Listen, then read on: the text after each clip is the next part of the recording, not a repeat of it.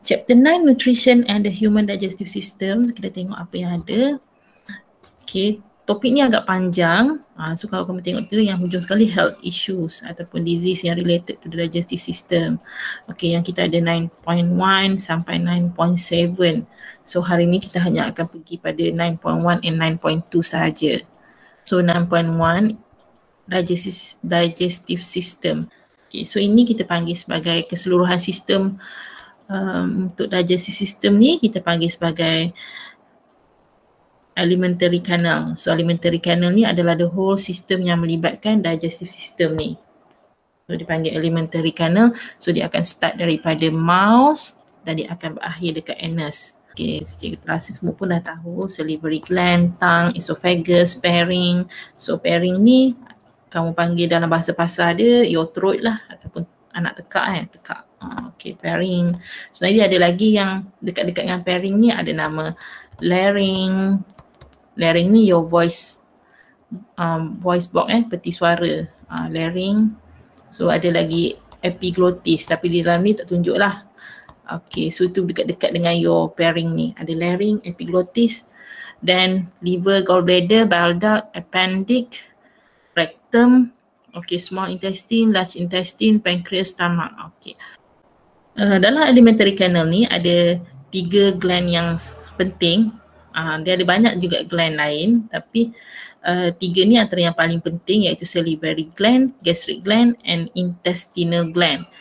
Okay, bila sebut gland sahaja, gland ni maksudnya kelenjar. Itu structure ataupun organ yang boleh secrete something, boleh mengeluarkan sesuatu, merembeskan sesuatu. So dia dipanggil gland. So apa fungsi ketiga-tiga gland ni? So semuanya dia boleh secrete digestive juice, juice pencernaan lah into the alimentary canal. So mereka ni lah yang bertanggungjawab, responsible untuk secrete the digestive juice ataupun dengan kata lain enzim lah, kita spesifikkan dia boleh keluarkan enzim. Pergi kepada 9.2, digestion. Laju je ni. Okay. Maksud digestion tu sendiri, maksudnya proses memecahkan daripada large and complete food ataupun compound kepada small and simple compound. Okay, so pecahkan tu maksudnya digestion. Okay, sebab apa benda yang kamu makan, makanan yang ada di sekeliling kamu yang kamu makan tu sebenarnya dia dari segi dia punya molecule structure dia agak besar. Okay, kita panggil complex structure lah. So besar. So nasi pun nampak kecil tapi sebenarnya nasi tu di dalam molecule structure dia adalah kompleks lah. Okay, untuk sel kamu menyerap makanan ni masuk ke dalam sel untuk digunakan oleh sel, utilized by cell. Okay, dia kena dipecahkan. Okay, dia kena broken down kepada smaller and simple pieces. So digestion ni yang kita biasa dengar adalah chemical digestion yang melibatkan enzim. Okay, tetapi sebenarnya ada juga physical digestion yang boleh juga membantu memecahkan ataupun mengecilkan lagi makanan-makanan yang kamu makan tu yang dipanggil physical digestion seperti proses chewing, proses peristalsis. Ni function dua-dua digestion ni sama. Kalau kamu tengok kat sini sama tidak? Okay, break down the food. Okay, this one pun sama. Yang ni decomposition process. Okay, samalah tu. Decomposition tu pun memecahkan jugalah ya. Kita mulakan kita punya digestion dekat mouth. So dekat mouth, class of food yang terlibat in digestion adalah hanya karbohidrat sahaja. Okay, hanya karbohidrat sahaja yang dipecahkan dekat mouth yang melibatkan chemical digestion. Okay, so kamu tengok kat sini ya. So daripada mouth, sekiranya ada present of food, okay, masuk ke dalam your mouth, so dia akan stimulate the salivary gland. Okay, salivary gland, dia akan produce saliva ataupun air liur. Okay, dia akan produce saliva. So dalam saliva ni dia ada enzim yang dipanggil sebagai salivary amylase. So dia akan break down the starch. So dekat sini word yang cikgu nak kamu tengok betul-betul, Okay, so the starch hydrolyzed into maltose. Okay, faham ini? So tangkap the word hydrolyzed tu. Tapi hydrolyzed tu dipahami sebagai breakdown sebenarnya. Dipecahkan menjadi starch ni adalah yang lebih kompleks. Okay, akan dipecahkan kepada yang lebih kecil, karbohidrat yang lebih kecil yang dipanggil sebagai maltose by using enzim yang dipanggil salivary amylase. Okay. So kita tengok pH of saliva. Sebenarnya pH of saliva kamu ni dia near to neutral. Okay, dia boleh jadi slightly acidic and slightly alkaline. Tapi sebenarnya dia range dia between range yang pH neutral. Okay, so bila pH neutral, dia akan menyebabkan the salivary amylase ni akan act at best. Okay, at its optimum. Salivary amylase dia act to the food ataupun to the carbohydrate, so dia akan membentuk bolus. Okay, semua pun tahu yang bolus ni dia adalah macam untuk gumpalan So ini boleh tengok dalam animation tu ada gumpalan turun ke bawah tu, itulah yang dipanggil sebagai bolus. So bolus ni menyebabkan kita punya food tu easier to be swallowed. Okay, so bila swallow, epiglottis dia ada satu structure selepas your pairing tadi. Okay, epiglottis ni dia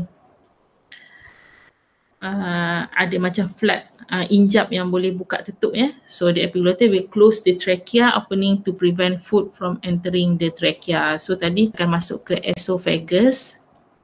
So yang masuk ke esophagus adalah solid and liquid Okay, betul food lah kat situ. So satu lagi dia akan pergi ke trachea. So trachea ni dia akan pergi ke lung. So yang ni adalah gas saja yang boleh. So nanti dia akan allow food tu masuk dekat dalam esophagus sahaja. So tak adalah food masuk dalam lung kamu. Okay, macam tu. So bila cerita pasal epiglottis ni, cikgu ada share sikit lah. Dia kena stroke. So bila dia kena stroke kawal, jadi bila setiap kali dia makan dia akan tersedak. Okay, bila check sebenarnya dia punya bahagian epiglottis tu dia tidak bertindak secara automatik lah. Bila tersedak tu sebab makanan tu dia masuk kat trachea. Okay, jadi biasanya kalau dalam keadaan macam tu dia punya epiglottis dah tak boleh berfungsi, apa yang diorang akan buat? Terpaksalah masukkan tiub daripada mulut sampai ke stomach. Masukkan tiub, so hanya boleh makan, minum liquid sahaja. Biasanya milk lah, milk. Masukkan liquid saja. Bila kamu punya bolus dah masuk ke dalam esophagus, okay, bukan trachea trachea, kalau masuk ke trachea memang matilah sebab dia masuk ke lung. So bolus dia masuk ke esophagus. Mana perkataan esophagus? Okay, dia akan masuk ke esophagus. So dekat esophagus ni penolakan dia masuk ke bawah tu dibantu oleh action yang dipanggil sebagai peristalsis action. So dia akan menyebabkan food tu akan berterusan masuk ke bawah lah, tak tersangkut So dia akan masuk until dia sampai dekat stomach. So the peristalsis movement ni dibantu oleh muscle So ada muscle kat situ. Bila sebut muscle je dia mesti adalah dia boleh contract and relax. So the process contraction and relaxation of muscle ni, okay, dia akan causes movement. So the movement of bolus tu along the alimentary canal, specifically dia adalah bahagian esophagus lah. Masuklah ke dalam stomach. Okay, clear setakat ni? Clear. Alimentary canal tu maksud. Okay, apa dia? Alimentary canal tu. Apa maksudnya? Alimentary canal ni tak masuk awal tadi kot. Alimentary canal ni tadi awal tadi cikgu ada bagi tahu seluruh sistem seluruh struktur yang terlibat dalam digestive system. Semua struktur yang terlibat. Dia starting daripada mouth sampai anus, keseluruhan ni kita panggil alimentary canal. Thank you for asking. Okay, so kita masuk dah selamat dah makanan kamu masuk ke dalam stomach. So tadi dekat kamu punya mouth hanya karbohidrat sahaja yang hydrolyze. Okay, so bila sampai stomach hanya protein sahaja pula yang hydrolyze. So tengok macam mana makanan tu peringkat demi berperingkat dia akan dipecahkan. Stomach kamu dia ada banyak layer of muscle. So ini panggil muscle lah ni. Okay, muscle. So bila muscle je kamu mesti bayangkan dia boleh contract and relax. So bila contract and relax dia akan produce movement. So maksudnya muscle kamu bergerak, maksudnya kamu punya stomach tu bergerak lah. Memang ya pun. Sebab apa, bila kamu dengar dekat perut adik kamu ke kan, kamu akan sentiasa dengar stomach kamu berbunyi. Sebab adanya proses contraction and relaxation of muscle dekat stomach, bahagian stomach ni, stomach muscle ni. Okay. Dekat bahagian luar adalah muscle cell. So bahagian internal wall of the stomach adalah epithelial cell. Di bahagian internal wall of stomach, yang tadi cikgu kata ada epithelial cell. So ini dalam dia, ni epithelial cell ni. Bahagian dalam kamu punya stomach ni, ini bahagian dalam. So bahagian epithelial tissue dekat your stomach wall ni dia telah modified kepada 3 jenis epithelial tissue yang berlainan. Dia menjalani modification ataupun adaptation, dan epithelial tissue ni dia menghasilkan 3 types of epithelial tissue. Okay, one is mucous cell, second is parietal cell, third is chief cell. Role dia, mucous cell secrete mucus. Okay, then kita ada parietal cell. Parietal cell ni dia secrete hydrochloric acid, and last one chief cell secrete enzyme. Okay, enzyme yang dipanggil sebagai pepsinogen. Okay, mucous cell tadi dia produce mucus. So mucus ni dia akan duduk dekat bahagian surface of the internal wall ni. Okay, dia sebagai protection. So mucus ni dia protect stomach wall from the reaction of hydrochloric acid and digestive enzyme. Okay, bahayanya dekat sini, satu adalah hydrochloric acid yang dikeluarkan oleh parietal cell ni adalah dia bersifat korosif ataupun dia bersifat boleh menghakis lah. Jadi mucus ni dia sebagai protective layer, walaupun parietal cell menghasilkan hydrochloric acid, tapi kamu punya stomach, internal wall of stomach tu still lagi terjaga. Maksudnya tidak terhakis sekali dengan hydrochloric acid. Sama juga dekat bahagian chief cell ni dihasilkan enzim yang boleh hydrolyze protein. So kamu punya sel terdiri daripada protein. Kalau kamu ingat lagi, kita punya sel tu dia ada plasma membrane. Dekat bahagian plasma membrane tu ada banyak protein, phospholipid bilayer and protein. So bila ada enzim protein, sebenarnya kamu punya sel ni dia boleh terpecah. Protein tu dia boleh hydrolyze dan boleh menyebabkan your cell ni rosak lah. Bila ada pepsin tadi.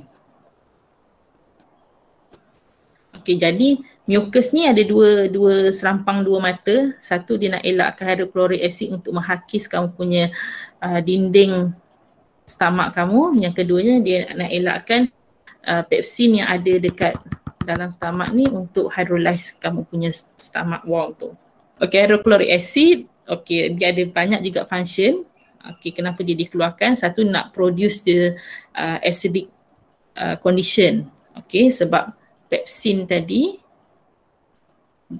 dia act optimum level in acidic pH, acidic condition. So dia hydrochloric acid ni dia akan membantu pepsin ni untuk create acidic condition, menyebabkan pepsin ni boleh bertindak dengan kadar yang paling terbaik sekali lah. Okay, pada masa yang sama dia juga digunakan untuk kill any bacteria in the food. Kenapa hydrochloric acid ni dia tak damage kita orang punya stomach wall? Ada tak orang lain tolong jawab sebab apa? Ada mucus.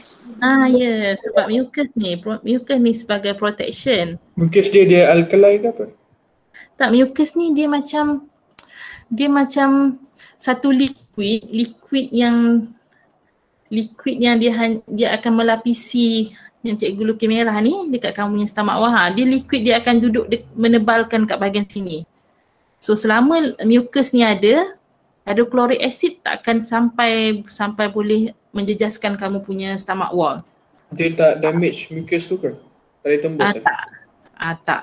Tapi kalau kamu nak cerita nanti sebenarnya kita ada cerita. Dia ada satu jenis bakteria, dia boleh rosakkan permukaan mucus ni. So bila bakteria tu dia rosakkan permukaan mucus ni, so kamu boleh kena sometimes kena gastrik, kamu boleh kena gastric ulcer. Sekiranya dia mucus tu diganggu oleh bakteria tadi.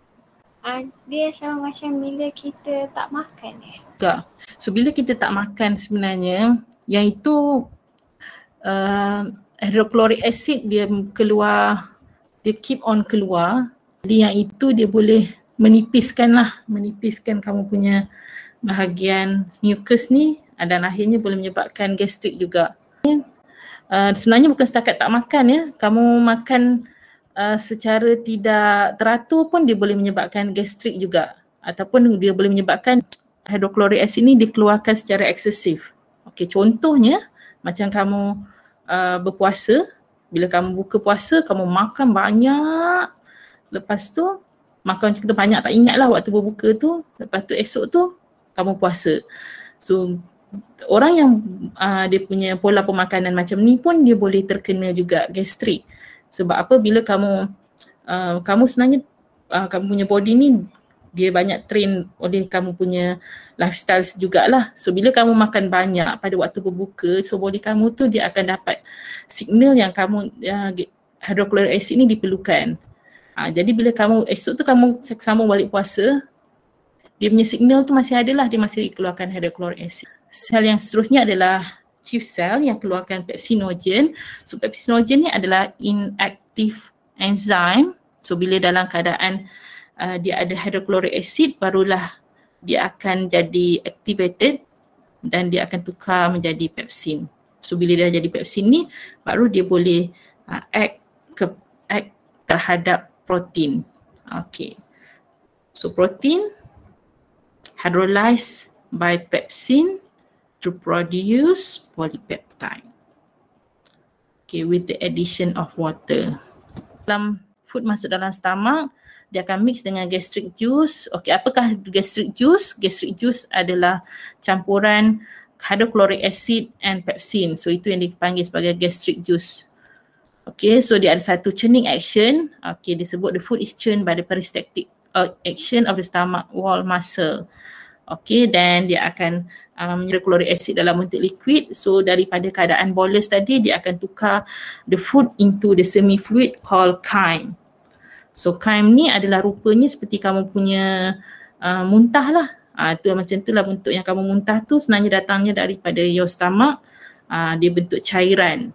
Cairan yang bercampur dengan hydrochloric acid, sebab tu kamu punya muntah tu masam-masam. Sebab dia ada hydrochloric acid sikit kat situ campur makanan. So chyme ni yang rupa setiap kali kamu vomit. So the chyme akan enter the duodenum slowly when the sphincter muscle relax. Okay, ni ya.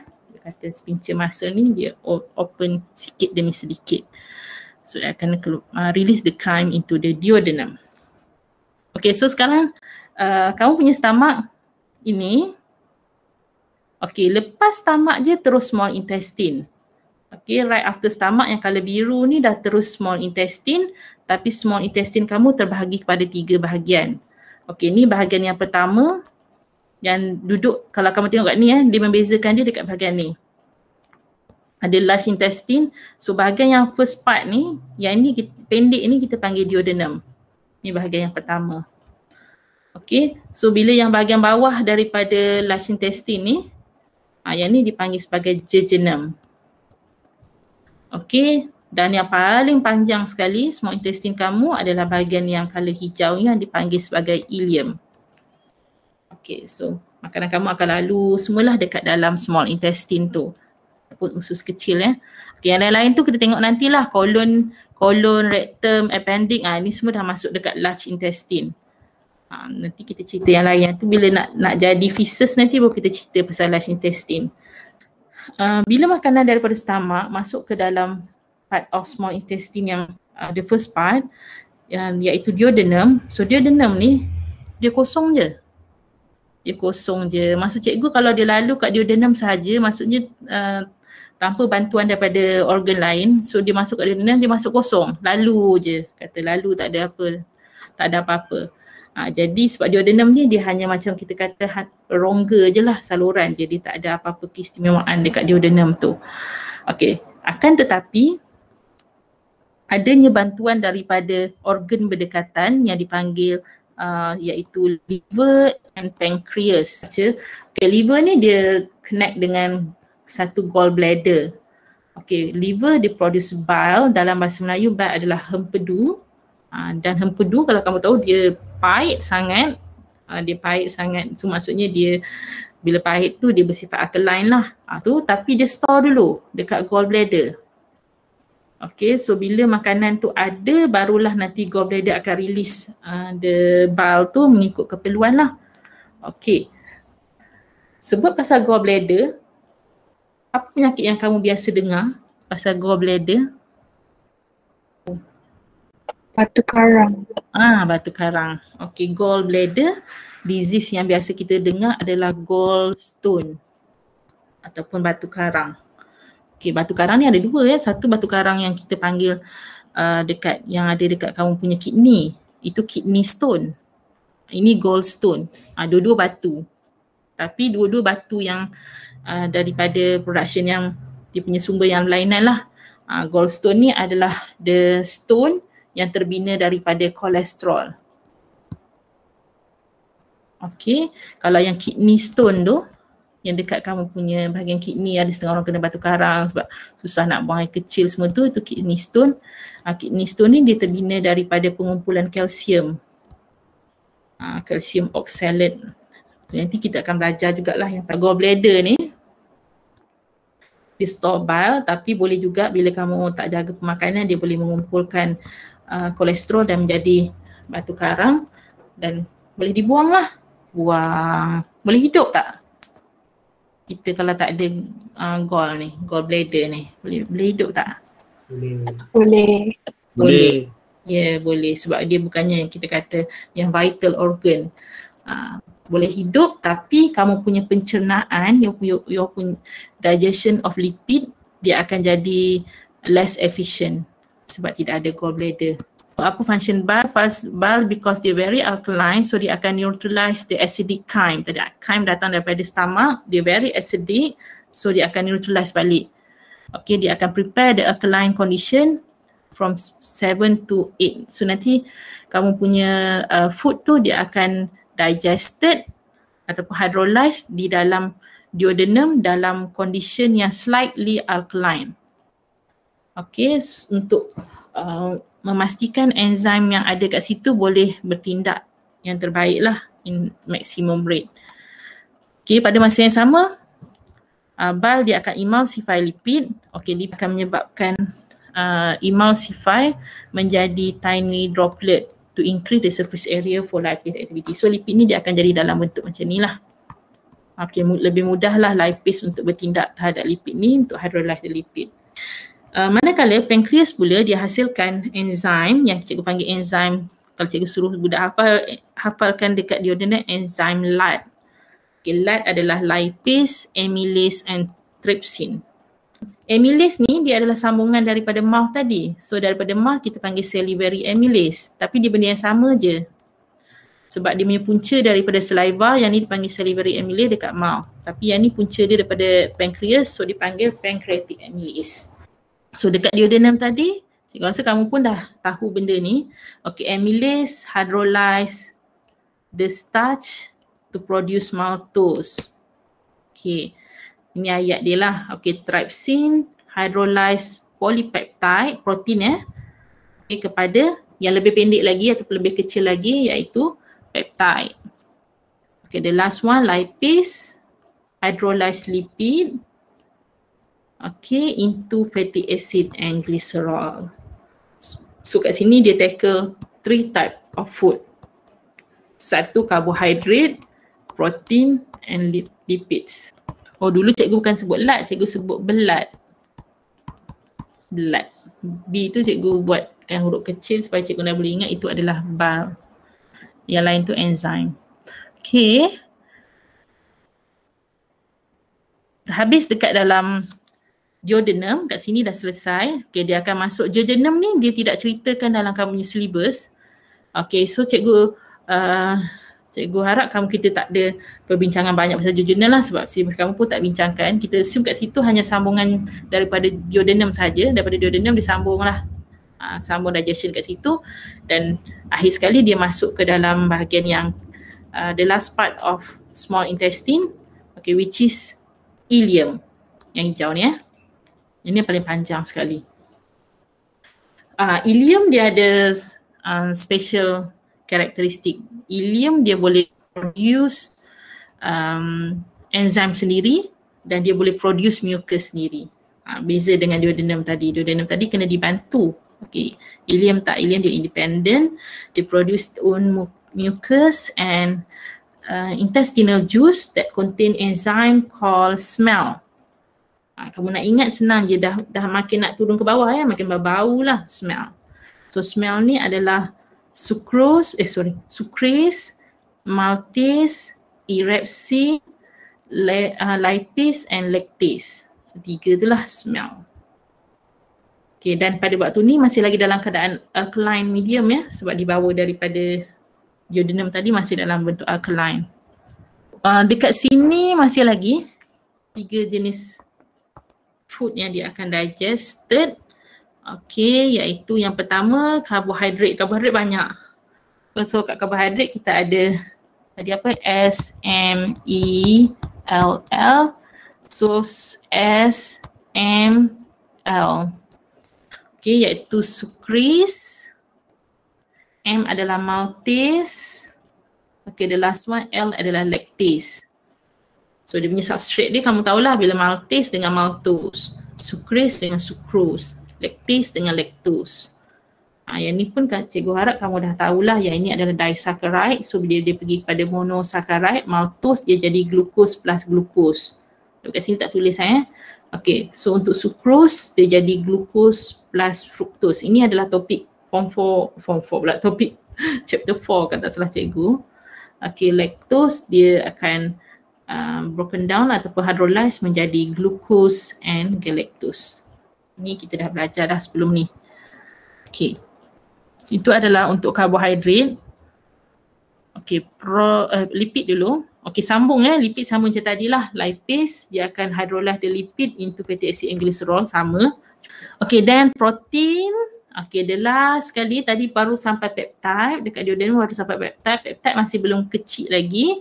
So masih lagi perlu dikecilkan, dipecahkan. Okay, dia akan dipecahkan by using erepsin. So erepsin dia akan hydrolyze the peptides into the smallest form of protein, iaitu amino acid. Jadi amino acid barulah your cell can absorb. Okay.